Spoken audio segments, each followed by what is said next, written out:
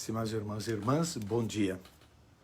Estamos meditando agora o texto do quarto domingo do Advento, tirado do Evangelho de Lucas. Se volta ao Evangelho da infância de Lucas, mesmo que o ano seja ano B, por se tratar dos textos da Anunciação, que Marcos não apresenta a pré-história de Jesus.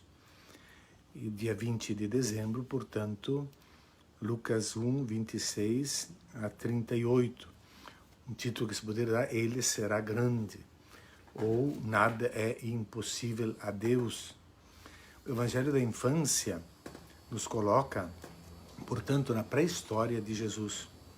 Texto profundamente espiritual, que tem o objetivo, o enfoque de Lucas de colocar uma reflexão teológica, e nós vamos perceber que ele se opõe radicalmente aos costumes da época, e de vários modos.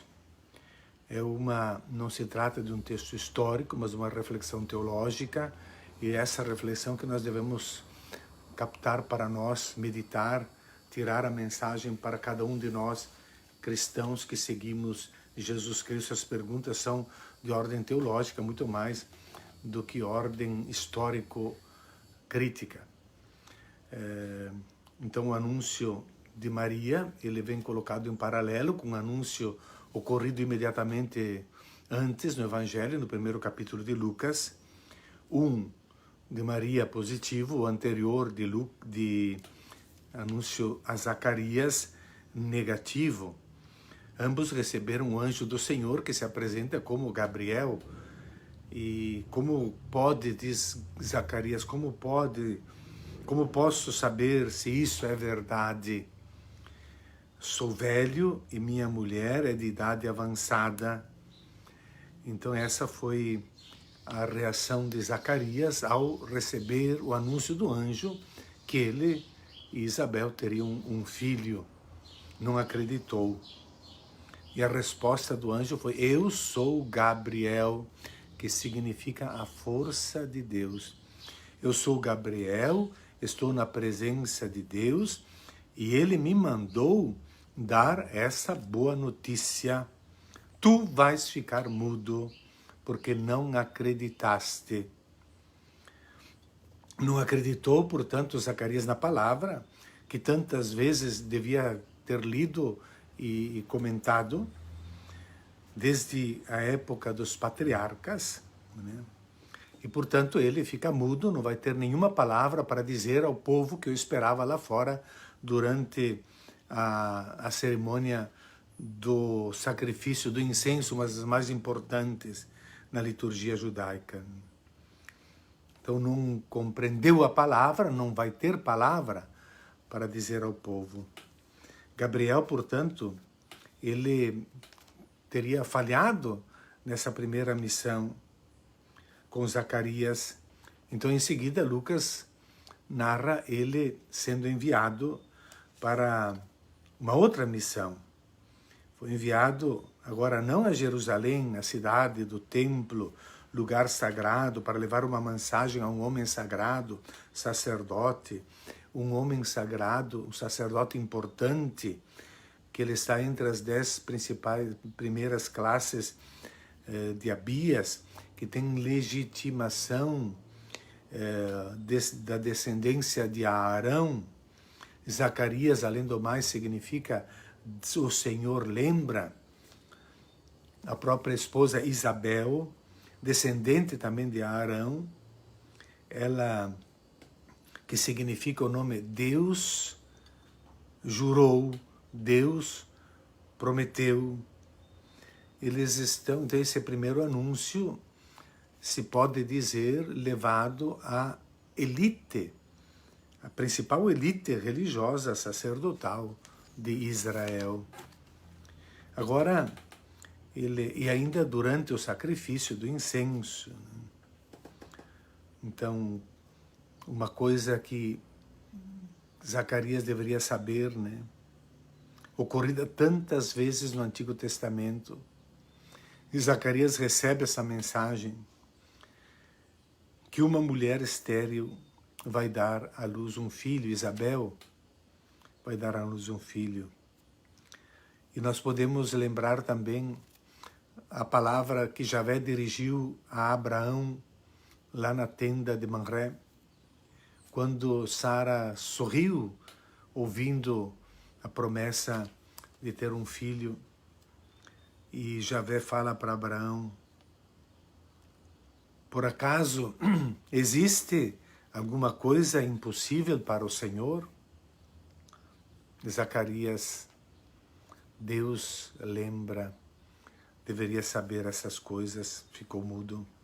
Agora, a missão de Gabriel também é muito difícil. Vai levar uma mensagem a uma jovem mulher, e que ela, a notícia ainda mais absurda, ela será mãe do Filho de Deus. Nós podemos lembrar que no Novo Testamento, quando Jesus admite diante do sumo sacerdote, Mateus 26, que ele pergunta: tu és o Messias, tu és o Filho de Deus? Diante da admissão de Jesus, o sumo sacerdote simplesmente rasgou as vestes. Que necessidade temos de testemunhas? Agora mesmo se ouviu uma blasfêmia. Então, o contraste entre os dois destinatários, a mensagem do anjo Gabriel, levada à elite religiosa, não teve resposta, fracassou. Agora, uma leiga, mulher, jovem, não casada, num lugar também não sagrado, num espaço não sagrado, num tempo não sagrado, num lugar profano, vida do cotidiano, numa cidade da Galileia, Nazaré. Galileia, ela era conhecida por ser uma cidade de revolucionários, belicosos, rebeldes. Flávio Joséfo narra que os galileus já desde pequenos são revoltados e rebeldes, guerreiros, terroristas, diríamos hoje. E Nazaré também completamente desconhecida, uma vila na periferia da Galileia. A Galileia é símbolo do mundo habitado pelos pagãos, pelos não-judeus, está na periferia do mundo dos judeus. Galileia era, na verdade, é uma região sem nome, porque é em Isaías 8 que nós vamos encontrar a denominação dessa cidade como o distrito das nações, distrito dos pagãos. Galileia deriva então de Gelil Hagoim, Gelil, Galileia, distrito, nem nome parece, não tinha. Nazaré também está no último nível, não tem nenhuma citação no Novo Testamento. Quem é que conhece essa cidade? Quem é uma cidade de má fama. Maria, também, o nome dessa jovem também não ajuda. Estamos nos extremos da pobreza e da rejeição. Maria é citada, aparece só uma vez no Antigo Testamento. Miriam, a irmã de Moisés e Arão, e ela, o nome Maria evoca uma maldição, um castigo divino. E esse nome, dar esse nome a alguma pessoa era augurar-lhe má sorte, infelicidade, azar. Miriam era uma mulher forte, e ela, se aproveitando de uma situação de baixa popularidade de Moisés por causa do seu casamento com uma etíope, vai aproveitar para, por acaso Deus falou só com Moisés, não falou também conosco, e vai querer ocupar, tomar o lugar de Moisés, ao que Javé se irrita, chama Miriam e Arão para a tenda da reunião, e Miriam, nessa reunião, recebe o castigo de Javé, que tinha se inflamado de ira, e Miriam tornou-se leprosa, branca como a neve, o pior castigo possível que alguém podia receber. Números 12, podemos conferir. Mas esse anúncio, tão embaixo da escala dos valores e das pessoas importantes de Israel, toma um outro rumo. O anjo se dirige a Maria e ela aceita. Depois Isabel dirá, bem-aventurada aquela que acreditou. Maria disse seu sim, acreditou que havia um projeto de Deus, que havia um projeto de Deus também na sua existência. Ela conhecia o projeto de Deus, frequentou esse projeto de Deus, ouviu o projeto de Deus, confiou e, sobretudo, pôs em prática esse projeto. E nós temos aqui em síntese aquilo que São Paulo, na carta aos Coríntios, primeiro capítulo, ele vai dizer: Deus acolhe o que o mundo despreza, acha vil e diz que não tem valor.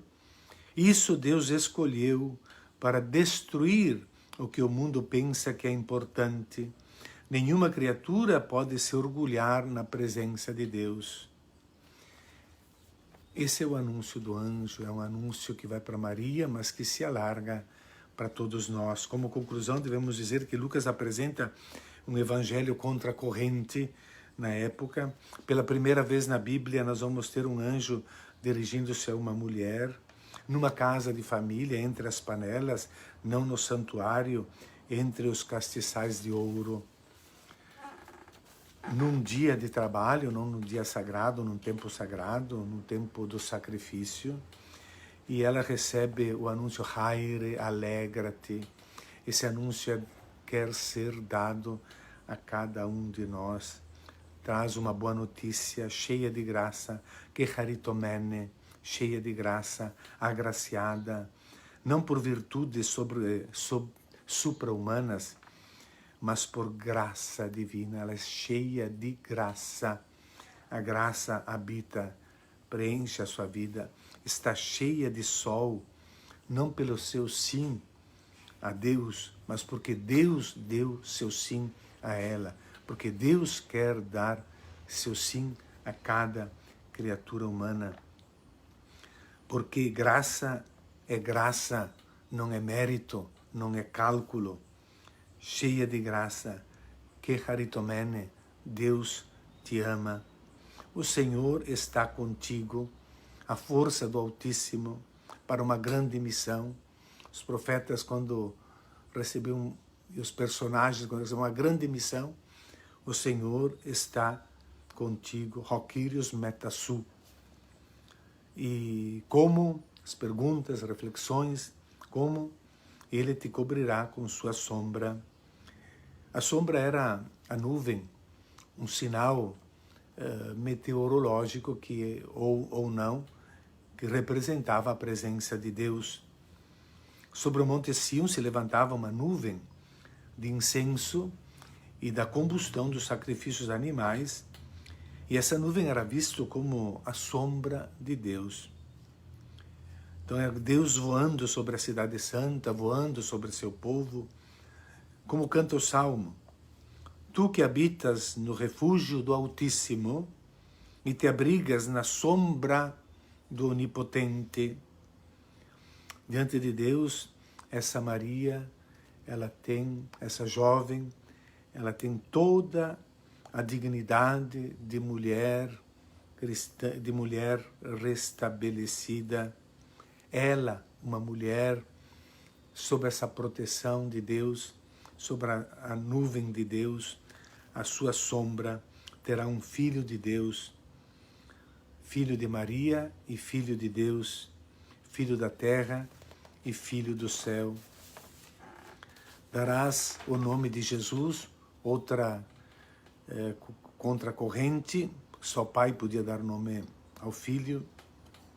Então Maria, jovem, inteligente, madura, depois da primeira perturbação não teve mais medo, dialogou, perguntou, e diante de Deus está pronta, está madura, é inteligente. O poder do Altíssimo te cobrirá com sua sombra, eis-me aqui.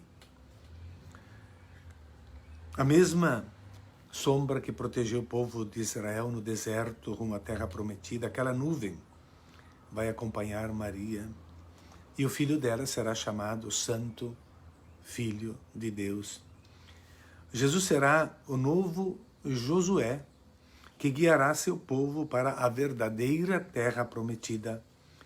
Por isso, o final do texto de hoje, na boca de Isabel, fica selado o alcance daquele acontecimento que busca chegar até nós hoje. Feliz aquela que creu, pois o que lhe foi dito da parte do Senhor será cumprido.